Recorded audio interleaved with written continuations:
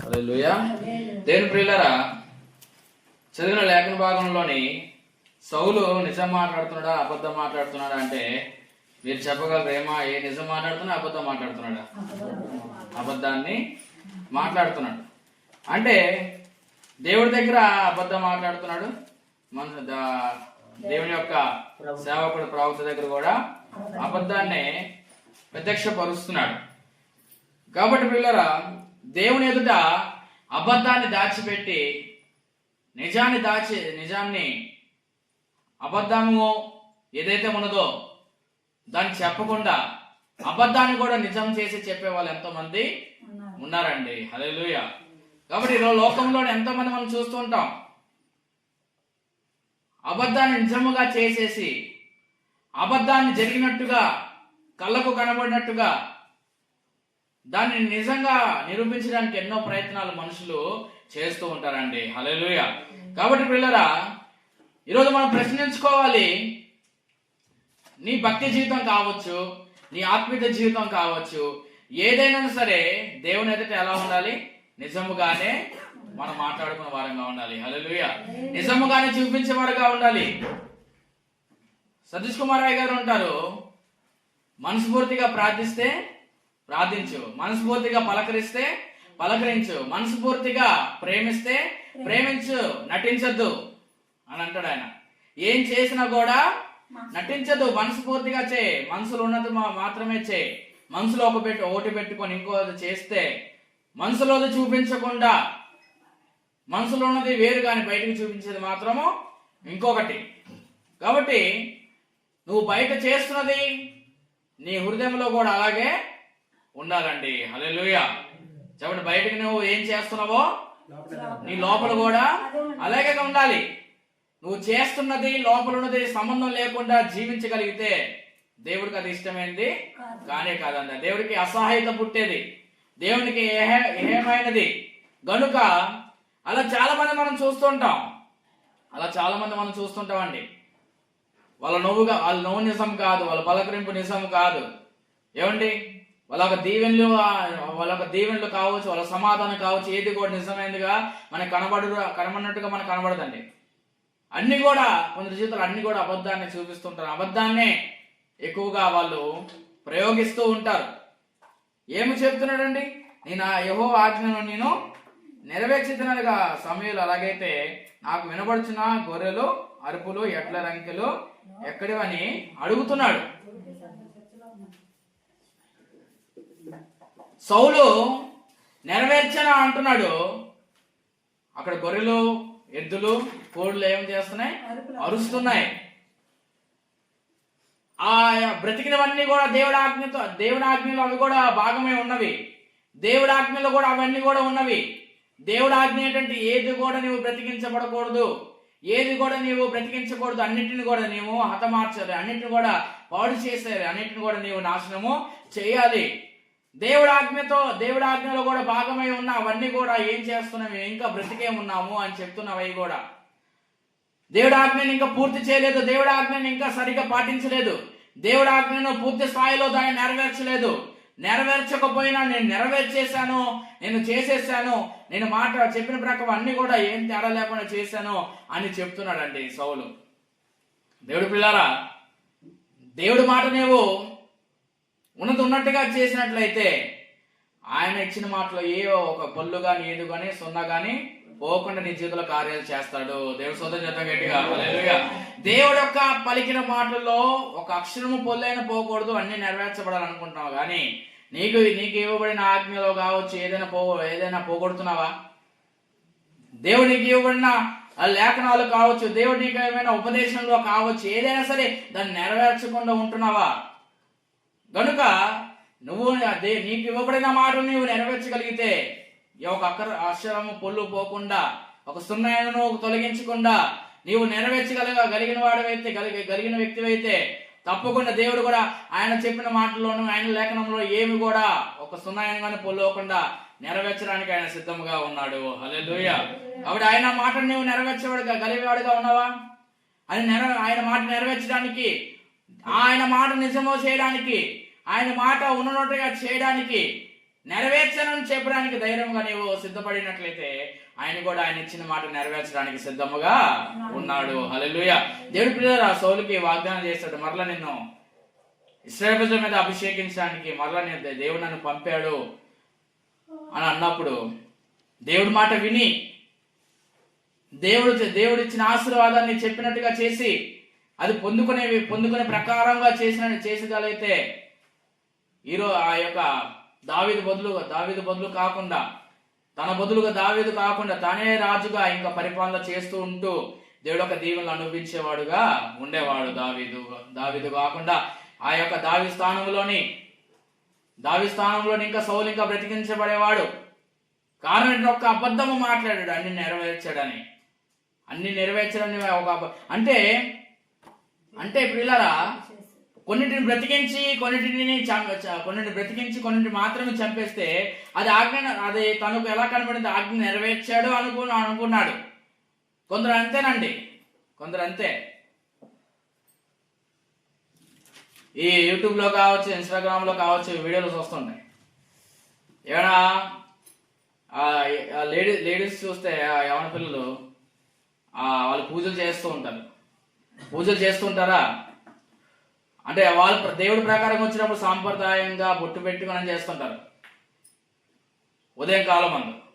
అది రాత్రి కాలం అయితే పాపంలోనూ విన్యాసాలు చేస్తూ ఉంటారు.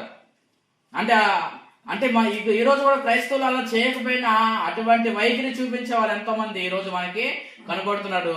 సన్నిధికి వచ్చేసరికి ప్రార్థన ఎలాగా, ఈవెన్ మీటింగ్ జరిగితే ఎలాగా, మీటింగ్ అయిపోయిన తర్వాత రాత్రిపూట ఇంకొకలాగా, సాయంత్రం అయితే ఇంకోలాగా. అంటే చర్చిలో ఉంది నిజమా లేవు బయట ఉన్నదా అబద్ధమా అని మనం పరిశీలించుకోవాలండి. హల్లెలూయా.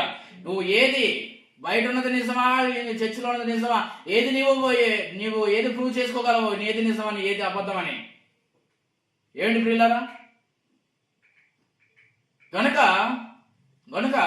మనం ఒక్కసారి మనం పరిశీలించుకొని మనం నడుచుకునే వారముగా ఉండాలండి. హల్లెలూయా. అందుకే బైబిల్ గ్రంథం చెప్తాను చూడండి, సామెతల గ్రంథం 15వ అధ్యాయం. సామెతల గ్రంథం 15వ అధ్యాయం.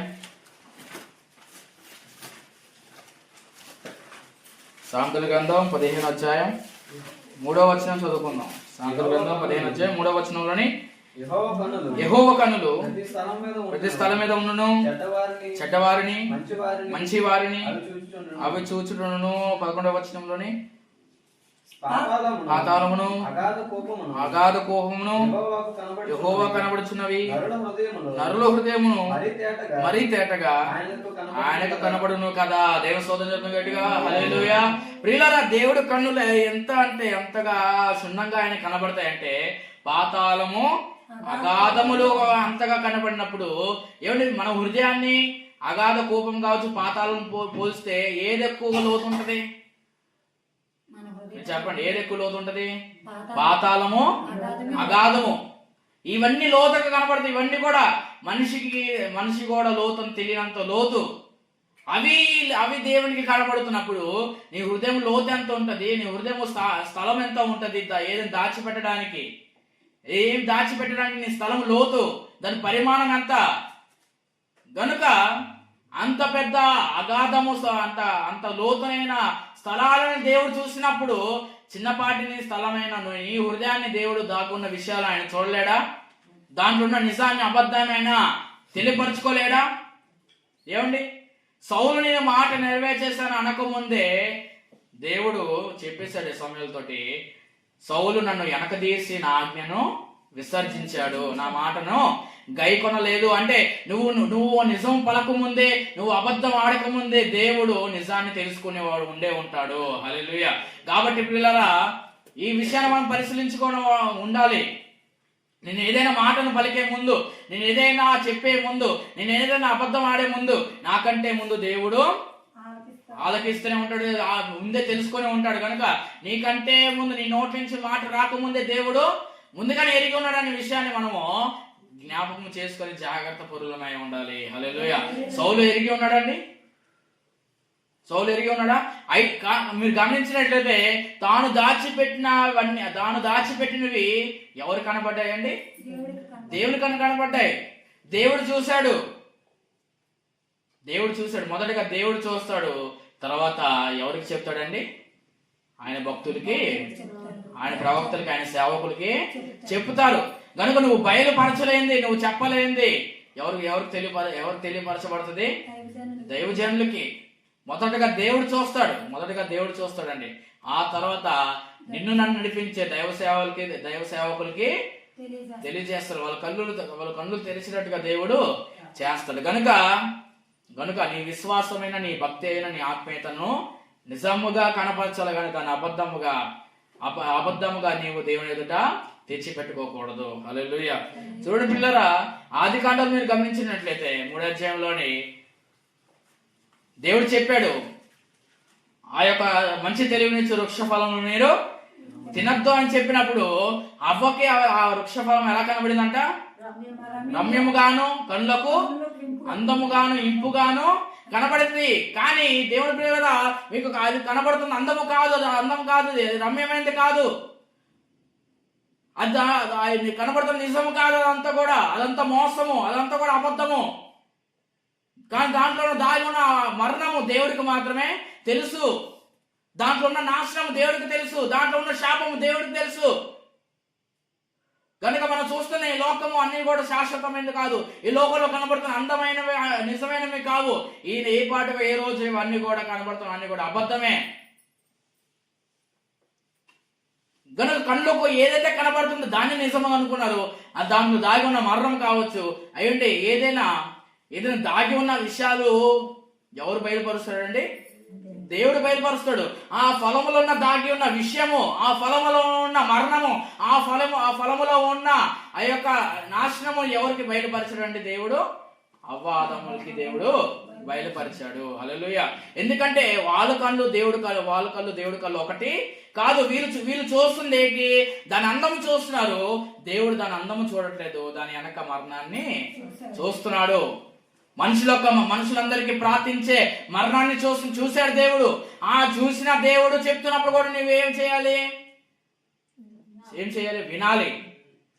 ఎందుకంటే నీకు కనబడిన దేవుడికి నీకు కనబడిన దేవుడికి కనబడతాయి, నీకు వినబడినవి దేవుడికి వినబడతాయి. నువ్వు చూడనివి దేవుడు చూస్తాడు. కనుక ఆయన నీకెందుకే చెప్తున్నాడు అంటే, నువ్వు జాగ్రత్త పరుడు ఏం చేయాలి? నేను చూడనిది ఏదో దేవుడు చూశాడు, అందుకే నన్ను ఆపుతున్నాడు అని ఒక అడుగు వెనకేసుకొని జాగ్రత్తగా ఉండాలి. దేవుడు హెచ్చరిస్తున్నాడు అంటే ఏదో ఆ స్థలంలో ఏదో ఉన్నది, ఆ మనుషులతో ఏదో నాకు కీడు ఉన్నది, కాస్త మనుషులకు దూరంగా నేను ఉండాలని. స్వీట్ గా మాట్లాడితే, ఐస్ చేసి మాట్లాడితే మనకి ఐస్ స్వీట్ కనబడుతుంది, దాని వెనకలో ఉన్న విషయము, వెలగక్కే విషయాలు దేవుడికి మాత్రమే తెలుసండి. హల్లెలూయా. కనుక ప్రియులారా, ఇటువంటి నునుపైనవి, రమ్యమైనవి, కన్నులకు అందం అనిపించేవి, మనసుకు ఇష్టము పుట్టించేవి, ఇవి మనకందరికి పై రూపం మనం చూసి మనము మోసపోతాం. దేవుడు అంతరంగాన్ని చూస్తాడండి. హల్లెలూయా. ఆయన మోసపోడండి. మనం మోసపోయినట్టు ఆయన మోసపోడు. ఆయన ఎందుకంటే ఆయన నిజాన్ని చెప్పేవాడు, నిజం మాత్రమే పలికేవాడు, నిజాన్ని ఏంటో మనకి తెలియపరిచి మనకి జాగ్రత్త చెప్పేవాడు. కనుకనే ఏమంటే ప్రియులారా, దేవుడి మాటలో నిజం లేదనుకున్నాడు. ఎవరి మాటలో నిజం ఉంది అనుకున్నారండి? వాళ్ళిద్దరు సర్పం యొక్క మాటల్లో నిజం ఉంది, అతను చెప్పిందే నిజం అనుకున్నారు. అది నిజమా అని అడిగాడు. మీరు తింటే చచ్చిపోతారా అంటే, దాన్ని చెప్పినప్పుడు మీరు చావరు అంటున్నారు. మీరు చావరే అంటున్నారు. మీరు తింటే దేవతల వల్ల అయిపోతారు అని చెప్పినప్పుడు దేవుడి మాటను అబద్ధం అనుకున్నారు, అపవాది చెప్పిన మాట నిజం అనుకున్నారండి. హల్లెలూయా. గనుక పిల్లరా, మనుషులు మాటలు కూడా మనము నమ్మేటట్టుగా మనము ముందుకొని దైవికమైన మాట, చెప్తున్న మాట నిజమేదా లేదా అని మనం జాగ్రత్త పరిశీలించిన వాడుగా ఉండాలి. ఏమిటి, బిలాము దగ్గరికి బాలాకు వచ్చాడు. ఇశ్రాయేలు ప్రజలందరూ నీవు శపించే అన్నప్పుడు బిలాము ఏం చేశారంటే, దేవుడి దగ్గరికి వెళ్ళి ప్రార్థన చేద్దాం, మనుషులతో వెళ్ళాలా లేదా అని అడిగాడు. ఆ మనుషులతో వెళ్ళాలా లేదా అని అడిగాడు. మనం కూడా ఈరోజు ఆ చెప్పే మాటలు కావచ్చు, ఆ వచ్చిన సమాచారం కావచ్చు, ఇవన్నీ కూడా వింటున్నప్పుడు ప్రభువా వచ్చిన మనుషులు మంచోళ్ళ కాదా, వెళ్ళాలా లేదా అని దేవుడి దగ్గర నీవు నిజాన్ని నీవు తెలుసుకునే వ్యక్తిగా నీవు నడుచుకోవాలి. హల్లెలూయా. దేవుడి ప్రియులారా, అందుకే ఈరోజు చాలా మంది మనుషులు మోసపూరితమైన అబద్ధమైన నునిపైనవి అందమైన మాటల్లో పడిపోతున్నారు. అందమైన మాటలో పడిపోయి వాళ్ళ యొక్క భక్తిని, ఆత్మీయతను, దేవుడి యొక్క సారమైన అభివృద్ధి పూరితమైన జీవితాన్ని ఏం చేసుకుంటారని పోగొట్టుకుంటున్నారండి. దేవుడు వాక్యం చెబుతుంది, నరుడు రొట్టె వలన మాత్రము బ్రతుకడు, దేవుడు మాట వలన బ్రతుకుతాడు అని అంటున్నాడు అండి. హల్లెలూయా. దేవుడు మాట బ్రతుకుతాడు కనుక నీ మాట నీ జీవితము ఒకటే ఉండాలి. నీ మాట నీ జీవితము ఒకటే ఉండాలి. గనుక ప్రియులారా, గనుక మనుషులు మాటలు వేరుగా ఉంటాయి, చేసే పనులు మాత్రము వేరేలాగా ఉంటాయండి. హల్లెలూయా. గనుక ప్రియులారా, గనుక ఏ మనుషులు మాటలు ఇలాంట సర్పము ఎలాగా మాట్లాడిందో అటువంటి ఏ మాటలు మనము నమ్మిన వారం కాకుండా నిజాన్ని అబద్ధముగా చేశాడు అపవాది. ఏం చేశాడు? నిజాన్ని అబద్ధముగా చేశాడు. తను చెప్పిన అబద్ధాన్ని నిజముగా మార్చుకున్నారు. అదే ఈ లోకం అంతే, ఈ లోకపు మనుషులు అంతే. కొంతమంది అబద్ధాన్ని నిజముగా చేసి చెప్తారు, నిజాన్ని అబద్ధముగా చేసి మాట్లాడతారండి. హల్లెలూయా. కనుక అవాదములు ఆ విధంగా నిజాన్ని తెలిసినా కూడా అబద్ధాన్ని నమ్మి జీవితాంతము అనుభవించాల్సిన శాపాన్ని వాళ్ళు పొందుకొని వాళ్ళు దేవుడి ఎదుట తొలగిపోయినట్టుగా మనకి కనబడుతున్నది. హల్లెలూయా. చూడండి ప్రియులారా, మత్తయి సువార్త 7వ అధ్యాయం 22వ వచనం. మత్తయి సువార్త 7వ అధ్యాయం 22వ వచనం. ఆ దినమందు అనేకులు నన్ను చూచి ప్రభువా మేము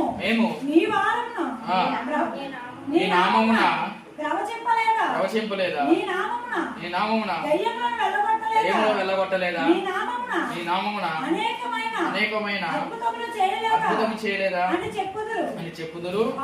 అప్పుడు నేను నిన్ను ఎరగను, అక్రమం చేయవలరా నా ఎదురుని పొండని వారితో చెప్పుదును. హల్లెలూయా. ప్రియులారా, ఇక్కడ ఏమి కనబడుతుంది? అద్భుతాలు, దయ్యములు వెళ్ళగొట్టడము కనబడుతున్నాయి. కనబడింది దేవుడు మాట్లాడుతున్నాడు. ఏం మాట్లాడుతున్నాడు? అక్రమము చేయవారు అంటున్నారు. అక్రమం ఎక్కడ చేశారు? అద్భుతాలుగా చేసింది వాళ్ళు. అక్రమం ఎక్కడ చేశారు? దయ్యాలు వెళ్ళగొట్టారు కదా.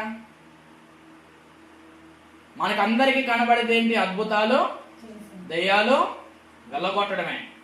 కానీ దేవుడికి కనబడేది ఏంటి? అక్రమం. అంటే ఆత్మలో ఉండి ఆత్మ సంబంధమైన వారు గలవారు అద్భుతాలు కూడా చేస్తారు అక్రమం చేయకుండా.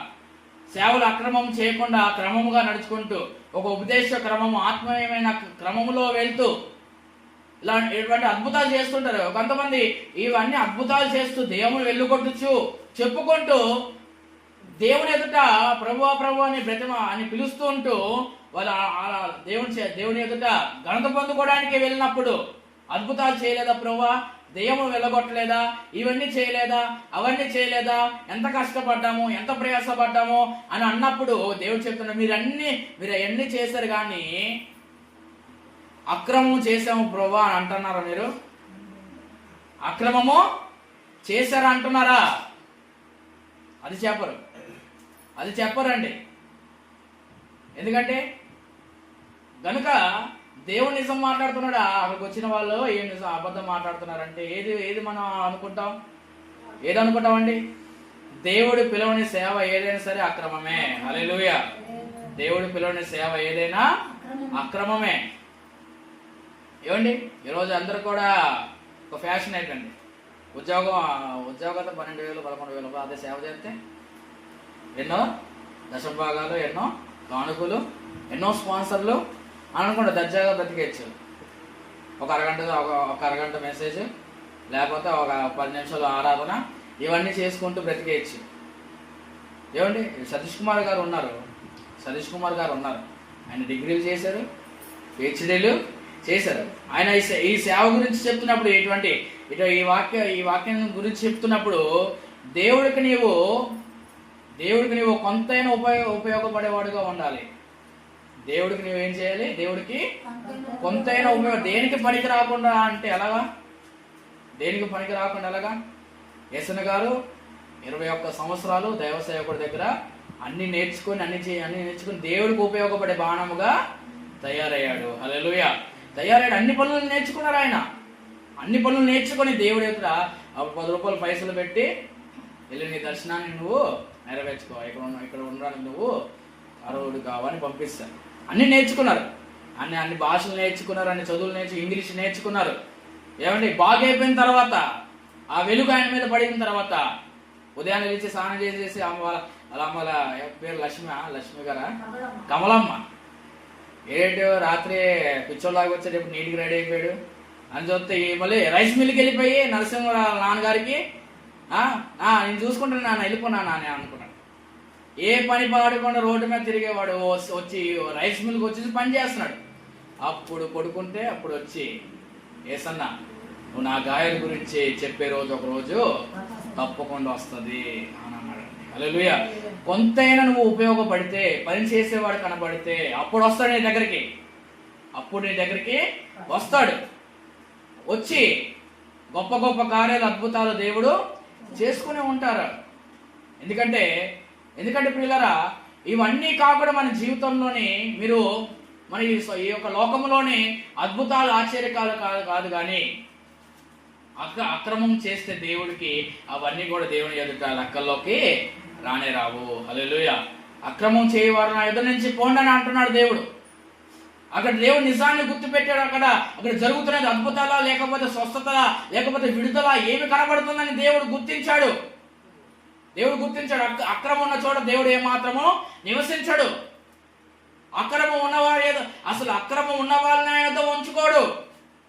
అసలు అక్రమం చేయవారినే వాళ్ళకు ఆయన పొలిమేరలో కానీ ఏమాత్రం అడుగు పెట్టనివ్వకుండా దేవుడు చూసుకుంటాడు. దేవుడి పిల్లరా, అక్రమం చేయవారు మనం ఇష్టపడతామేమో దేవుని ఎదుట. ఏమండి, ఏలి కుమారులు అక్రమము చేస్తున్నారు. దేవుడికి అర్పించేవి దొంగతనం చేసుకుని తింటున్నారు. సరిగ్గా నాయకత్వం జరిగా నెరవేర్చట్లేదు. దేవుడు చెప్పాడు, ఒక దినమున నేను వారిని చంపివేస్తాను అని చెప్పాడండి. హల్లెలూయా. అక్రమం చేయవాళ్ళు ఏం లేరు. ఏలి అన్నాడు, యెహోవాకు నచ్చినట్టు చేసుకును గాక అన్నాడు. కనుక పిల్లరా, దేవుని ఎదుట మనము నిజాన్ని చూపించేవాడుగా ఉండాలండి. హల్లెలూయా. చూడండి పిల్లరా, మార్కు సువార్త 2వ అధ్యాయం 7-8 వచనం. మార్కు సువార్త 2వ అధ్యాయం 7-8 వచనాలు. 2వ అధ్యాయం 7-8 వచనం. మార్కు సువార్త 2వ అధ్యాయం 7-8 వచనంలోని వారు ఇతడు ఇట్లెందుకు చెప్పుచున్నాడు, దేవదూషణ చేస్తున్నాడు కదా, దేవుడు ఒక్కడే తప్ప పాపమును క్షమింపగలవాడని తన హృదయములలో ఆలోచించుకొనిరి. వారు తమలో తాము ఇలాగున ఆలోచించుకునుట యేసు వెంటనే ఆత్మలో తెలుసుకొని మీరెలాంటి సంగతులను మీ హృదయములో ఎందుకు ఆలోచించుతున్నారు? అందరూ వాక్యం వింటారు అని అనుకోకూడదు. అందరూ కళ్ళు మూసుకొని ఆరాధన చేస్తున్నారు అనుకోకూడదు. అందరూ సంఖ్యల ప్రార్థన, మంచి ఊపున్న ప్రార్థన చేస్తున్నారు అనుకోకూడదు. మీ మధ్యన దేవుడి ఆత్మ ఉన్నది. నీ అద్దున్న ఆత్మ ఉన్నది. ఆయన మందిరం మీద ఆత్మ సంచారం చేయబడుతున్నది.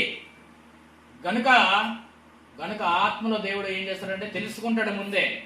ఆత్మలో తెలుసుకుని ఏ వ్యర్థమైన ఆలోచన సరే, ఏ దుష్ట ఆలోచన సరే, ఏ యొక్క వ్యతిరేకపు ఆలోచన సరే, ఏ యొక్క విరోధమైన ఆలోచన సరే దేవుడికి ముందుగానే తెలుసుకుపోతుందండి. హల్లెలూయా. వాళ్ళు ఎక్కడో ఆలోచన చేస్తున్నారు. ఆయన ఆత్మలో వెంటనే తెలుసుకొని మీరు ఎందుకు ఇలాంటి హృదయంలో ఆలోచన మీరు చేస్తున్నారు అంటున్నారండి. హల్లెలూయా. కనుక పిల్లరా, నీ ఆలోచన కూడా దేవుడు ఎరిగే ఉన్నాడు. నీ ఆలోచన సరైన కాదో దేవుడికి తెలుసు. ఏం ఆలోచన చేస్తున్నావు, దేని గురించి ఆలోచన చేస్తున్నావు, ఒక ఆత్మీయమైన ఆలోచనైనా, ఒక భక్తిపూర్వమైన ఆలోచనైనా ఒకసారి మన జ్ఞాపకము చేసుకున్న వారముగా ఉండాలి. హల్లెలూయా. అంతేకాదు చూడండి ప్రియులారా, లూకా సువార్త 16వ అధ్యాయం 25వ వచనంలోని, లూకా సువార్త 16వ అధ్యాయం 25వ వచనంలోని,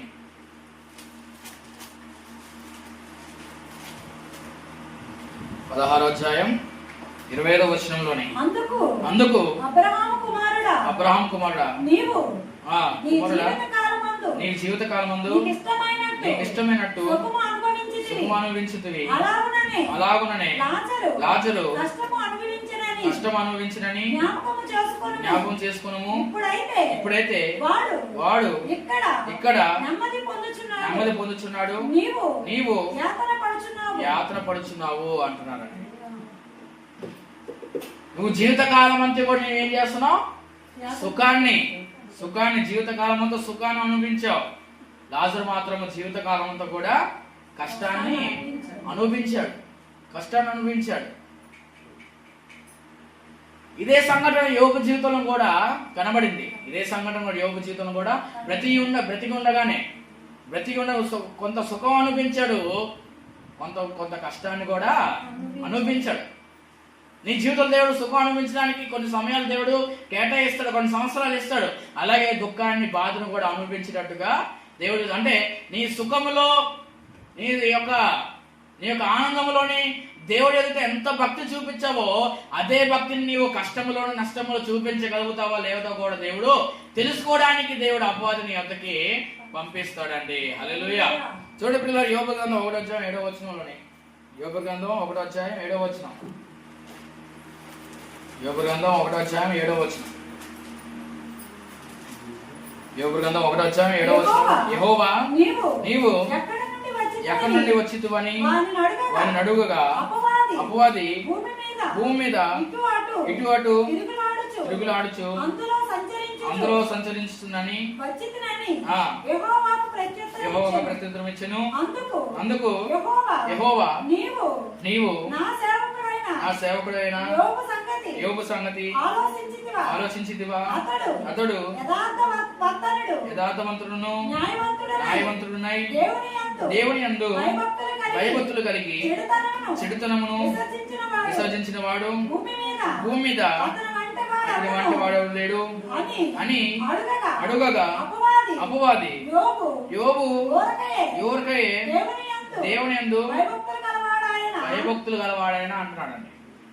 యోబేమని ఈ ఊరికే భక్తి చేస్తున్నాడా?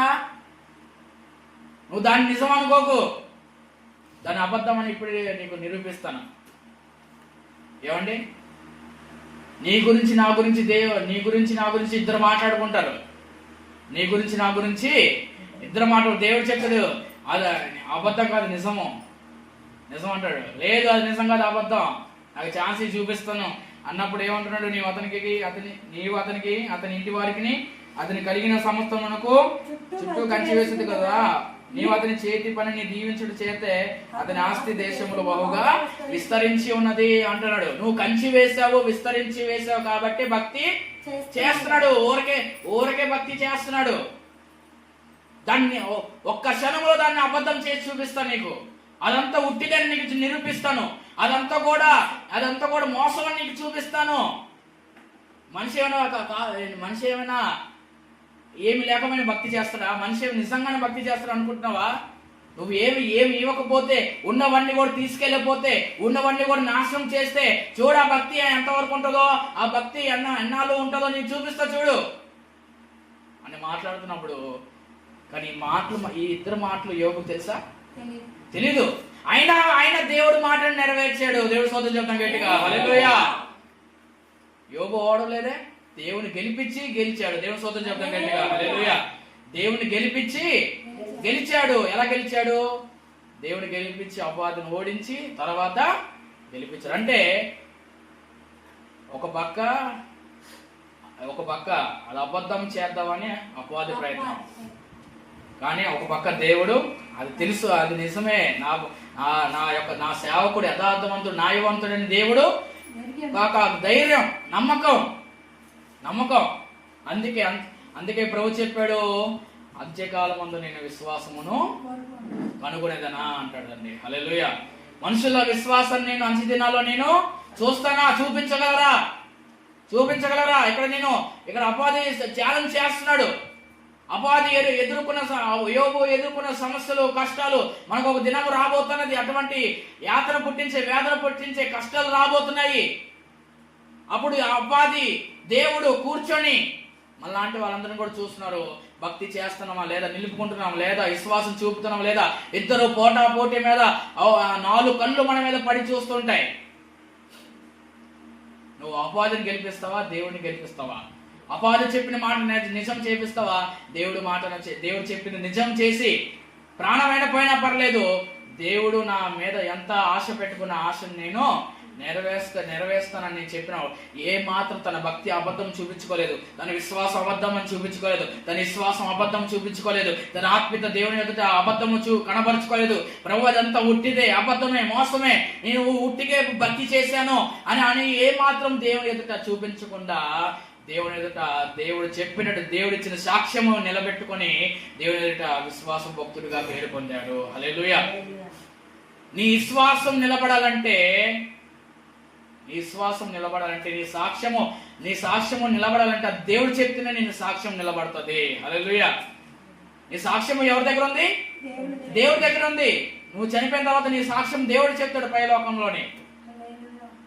వాని పేరు నేను జీవనంలో లెక్కింపు చేస్తాను. వాని పేరు నేను, కొత్త పేరు నేను స్తంభాల మీద నేను రాస్తాను, లెక్కిస్తానన్నాడు దేవుడు. కాబట్టి పిల్లరా, యోబు ఏ మాత్రం తన జీవితంలో తన జీవితంలో దేవుడు అబద్ధాన్ని చూడలేదు. అబద్ధాన్ని చూడలేకపోయాడు దేవుడు. దాని గ్రంథంలో ఆలోచన ఉంది.